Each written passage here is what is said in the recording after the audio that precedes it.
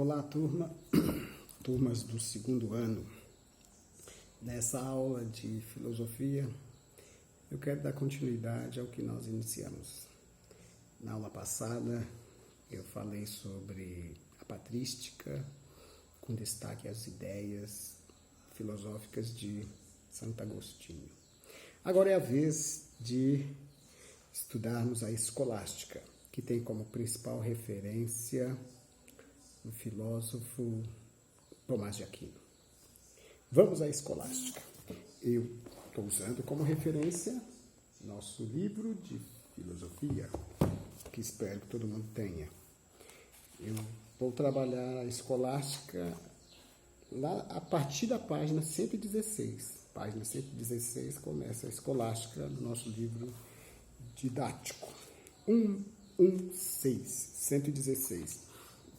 Se alguém não tiver o livro, que os colegas sejam solidários e tire fotos dessas páginas dos nossos livros didáticos e postem nos grupos. Seja solidário, ajude o outro. Escolástica. Olha só, eu vou seguir como referência aqui o nosso livro.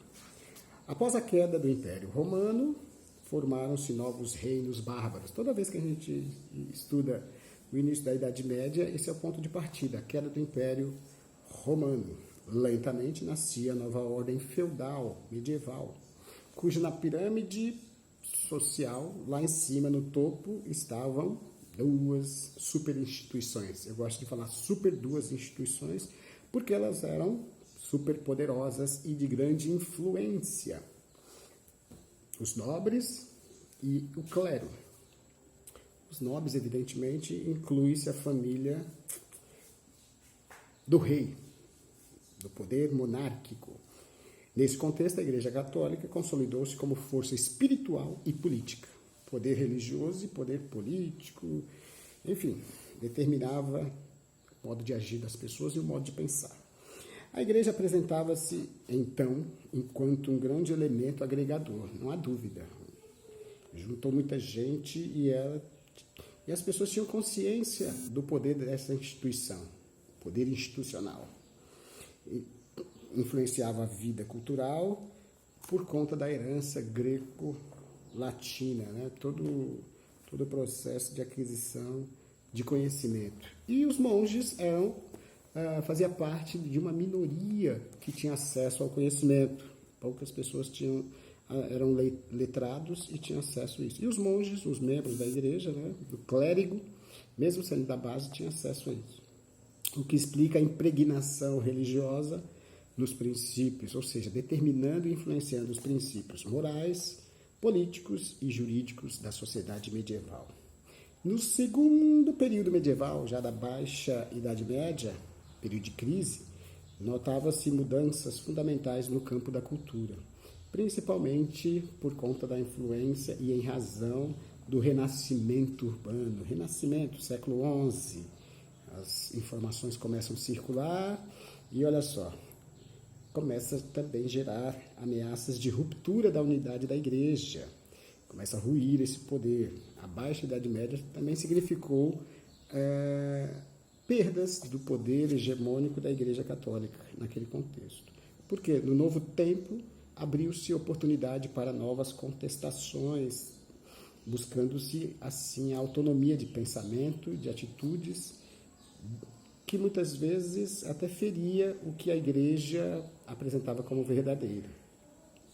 E não por acaso, nesse período que as heresias ou as práticas heréticas aumentaram e foi preciso a Igreja lançar mão do processo dos tribunais da Inquisição ou do Santo Ofício para julgar os supostos desvios da fé. E deveria, evidentemente, ser desencorajadas e punidas com sanções bastante fortes. Com essas mudanças, a escolástica, que teve em Tomás de Aquino seu principal representante, olha só, se na patrística o nome principal é Santo Agostinho, na escolástica é Santo Tomás de Aquino. Surgiu como nova expressão da filosofia cristã, ainda no processo de fundir fé cristã com filosofia. É nesse aspecto que tem toda essa aproximação. Mas persistia ainda a aliança entre razão e fé, mas compreendendo que a filosofia continuava como serva da teologia. A filosofia é, na verdade, um suporte, ela não é maior que o cristianismo, como eu afirmei na aula sobre a patrística. E por conta dessas visões diferentes, dessas discordâncias, naturalmente surgiram alguns questionamentos sobre o que era verdade, o que afirmava, como confiar verdadeiramente numa informação, como assegurar essa certeza. É nesse sentido que vai surgir a chamada questão dos universais. Eu vou ler esse trecho para poder explicar para vocês. Desde o século XI até o XIV, uma polêmica marcou as discussões sobre a questão dos universais. Mas o que são os universais? O universal é o conceito, é a ideia, é a essência comum a todas as coisas. Todas as coisas que existem, há uma ideia, há uma informação, há um conhecimento sobre ele. Por exemplo, o conceito de ser humano, animal, casa, bola, cadeira, círculo, tudo existe um conceito. E esses conceitos são universais. E para poder avançar nesse processo, surgiram algumas perguntas, porque por isso são as questões universais. Em outras palavras, as perguntas eram as seguintes: gênero e espécies existem separadamente dos objetos percebidos pelos sentidos? A ideia e o objeto em si existem separados? Coisas de fundo filosófico. Ou seja, este cão, esse cachorro que existe, que a gente conhece, mas a espécie canina e o gênero animal teriam existência real? São questionamentos de fundo filosófico. E para obter respostas, surgiram alguns campos, alguns grupos ou até próximo de correntes filosóficas para poder responder essas questões. Tivemos os realistas, a própria palavra já indica, né? Trabalha com o real, com o concreto, aquilo que é verdadeiro, é baseado na realidade. Depois o realismo moderado, que lida tanto com o objeto em si, com a coisa, a existência da coisa em si, mas também a ideia, a representação da ideia. Os nominalistas, nominar, dar nome, conceitos, vão defender, olha só, os universais são meramente palavras, são nomes, sem nenhuma realidade específica correspondente. A tendência nominalista reapareceu com várias nuances, com vários perfis posteriormente. Tivemos também a posição dos conceitualistas, que amplia a ideia de palavras, mas expressando conceitos. A palavra por si só, ela não explica o todo, o elemento. Ela precisa ser conceituada e ir além do processo. Por isso que essas 4 correntes, ou essas 4 formas de explicar ou dar respostas ao que a gente chama, ou ficou classificado como a questão dos universais, foi no sentido mesmo de obter respostas concretas. Essas divergências permaneceram, foram contínuas. E se aprofundarmos mais, perceberemos que até hoje ainda existem essas dúvidas. É claro que os filósofos que vieram depois foram relativizando e verificando que boa parte dessas perguntas já estavam respondidas na filosofia. Conceitualista com nominalista, se existe o termo, se existe o conceito, está junto, é parte integrante desse processo. As divergências sobre os universais podem ser analisadas valendo-se das contradições existentes no campo da ideia. Agora eu vou lá para a página 118. Tomás de Aquino, o apogeu da escolástica. Brevemente, para poder ajudar vocês nessa revisão dessa semana, porque logo teremos prova. Isso aqui tende a ajudar. O Enem mesmo, vai ajudar você, coleguinha, para o Enem. Não esqueça, acesse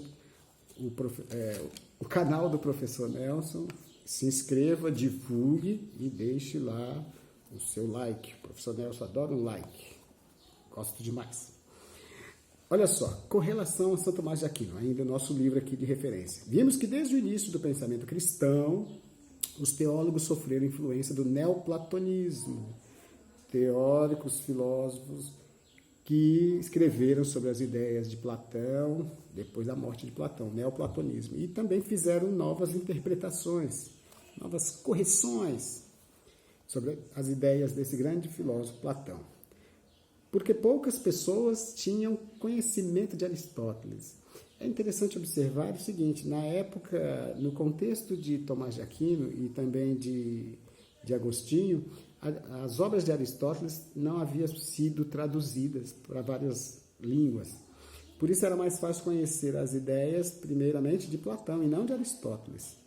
As primeiras traduções feitas por árabes foram rejeitadas por conter interpretações consideradas perigosas para a fé cristã. Por isso Aristóteles ficou lá, as obras dele achava-se que ia influenciar a fé cristã.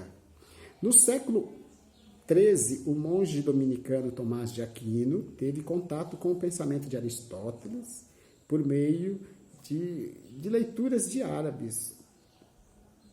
Seu interesse o aproximou de recentes traduções feitas diretamente do grego e, desse modo, pôde investigar mais profundamente o aristotelismo. Como eu disse, Platão influenciou as ideias de Santo Agostinho. São Tomás de Aquino foi influenciado por Aristóteles. A mesma lógica, adequando-se à fé cristã a uma interpretação dos conceitos de Aristóteles.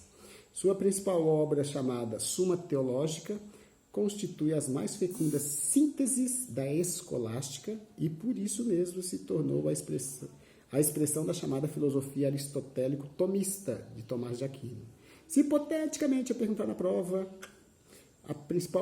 qual foi a principal obra de São Tomás de Aquino? É a Suma Teológica. E quem influenciou-o nessas ideias? Aristóteles. Embora continuasse a valorizar a fé como instrumento do conhecimento, Tomás de Aquino não desconsiderou a importância do conhecimento natural, daquilo que a gente possui sem investigação sistematizada, sem método.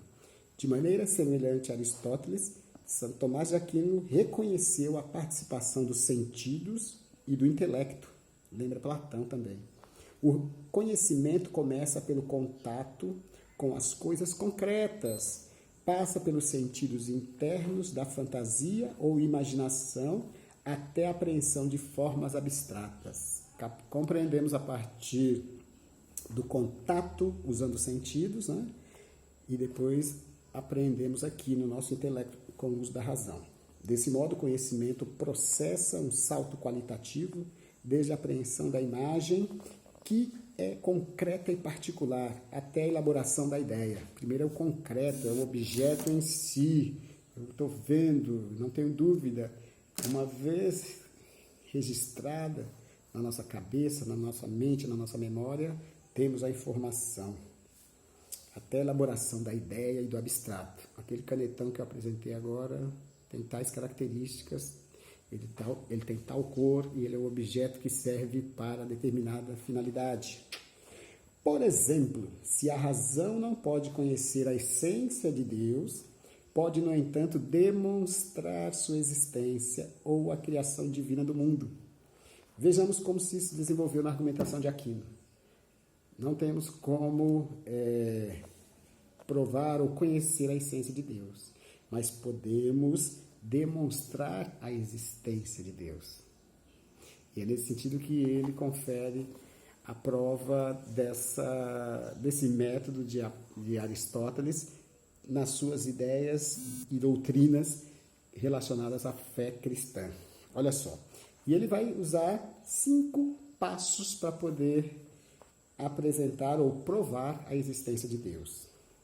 Nós chamamos de as 5 vias. E essas ideias aqui estão expressas numa obra muito importante utilizada por Tomás de Aquino. Ele vai pegar justamente essas teses, essas ideias elementares, para poder formular esses 5 pontos. Ele vai pegar a partir de Aristóteles, lá na obra de Aristóteles chamada Metafísica. Tomás de Aquino retoma esse tema na Suma Teológica, que é a obra dele, e vamos ver os passos. Primeiro passo, ele vai dizer que o movimento é o primeiro. Conforme a teoria do ato e potência de Aristóteles, ato e potência, só algo em ato pode mover o que existe em potência. Só uma força pode mover as outras coisas. Uma força primeira, que seria quem no universo? Que força seria essa para mover as coisas? Deus. Segunda, a causa eficiente. Nada pode ser causa de si mesmo, senão seria anterior a si mesmo. A causa, ela antecede algo que acontece. Para poder algo acontecer, como a criação do mundo, do homem, dos animais, das coisas da natureza, existe uma causa que precede. E essa causa que precede está onde? É Deus. E não esqueça também, novamente, que se trata de um religioso que é filósofo. Terceiro passo aqui, ou terceira via. Contingência e necessidade. Olha o que está escrito. Um ser contingente é aquele cuja existência depende de outro. Mas se todos fossem contingentes, não existiria um anterior. Portanto, deve haver um ser necessário, que é quem? Que é Deus, que cria as outras coisas, que cria os outros seres. Para existir um ser, é necessário, anteriormente, alguma força ou alguém, um outro ser que o crie. Esse é o da contingência e necessidade. A quarta, os graus de perfeição. Todos os seres têm graus diferentes de perfeição, qualidades que podem ser comparadas.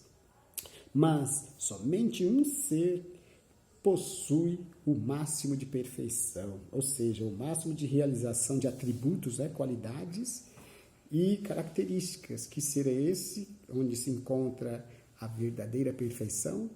Ele mesmo, Deus, segundo Tomás de Aquino. E por último, nós temos a causa final, ou o argumento filosófico, de ordem até de origem, teleológico. Toda a natureza tem uma finalidade, ela serve para alguma coisa. Tudo que é criado visa atender uma finalidade. As coisas não são criadas sem visar uma finalidade ou utilidade. Um propósito, caso contrário não haveria ordem. Deve haver uma inteligência suprema que ordena tudo, que organiza tudo que foi criado, tudo que existe. Se existe, é porque foi criado. E precisa existir um ordenamento. E quem controla, e essa inteligência que controla esse ordenamento de múltiplas coisas que existem? Deus. As 5 vias denotam o esforço de Tomás de Aquino para desenvolver uma teologia natural, da natureza, da origem, que mais tarde a filosofia vai chamar de teleodiceia, ou seja, o conhecimento racional de Deus. Isso é mais profundo na área da teologia, dos estudos das religiões, onde precisa estudar Deus, a história de Deus, quem é Deus, como a humanidade se relaciona com o sagrado e como que é Deus para várias culturas. Mais adiante, no último tópico sobre escolástica, aparece aqui na página 118 ainda, a crise da escolástica. Eu tenho que ler aqui um trechinho. É certo que a recuperação do aristotelismo se revelou recurso importante no tempo de Tomás de Aquino. No final da Idade Média, porém, a escolástica padecia com o autoritarismo de seus seguidores, o que provocou consequências nocivas para o pensamento filosófico e científico. Quando o conhecimento se fecha por conta de interesses e autoritarismo, entra em crise. Posturas dogmáticas, contrárias à reflexão, obstruíam as pesquisas e a livre investigação. O princípio da autoridade, ou seja, a aceitação cega das afirmações contidas nos textos bíblicos e nos livros dos grandes pensadores, sobretudo Aristóteles, impedia qualquer inovação. Por conta disso, novos pensadores com novas ideias e novas perguntas foram relativizando e criticando a própria estrutura filosófica contida nessa corrente filosófica chamada escolástica. Ela entra em crise por conta do choque. Ela não dá conta mais de explicar determinados fenômenos. É nesse sentido que toda crítica e crise vai abater sobre a escolástica. Portanto, terminamos aqui essa videoaula apresentando de uma maneira sintética e resumida e fazendo uma breve revisão sobre escolástica. No anterior, eu falei da patrística. Espero que tenha contribuído com vocês. Deixe o seu like aí e continue acessando o canal do Professor Nelson.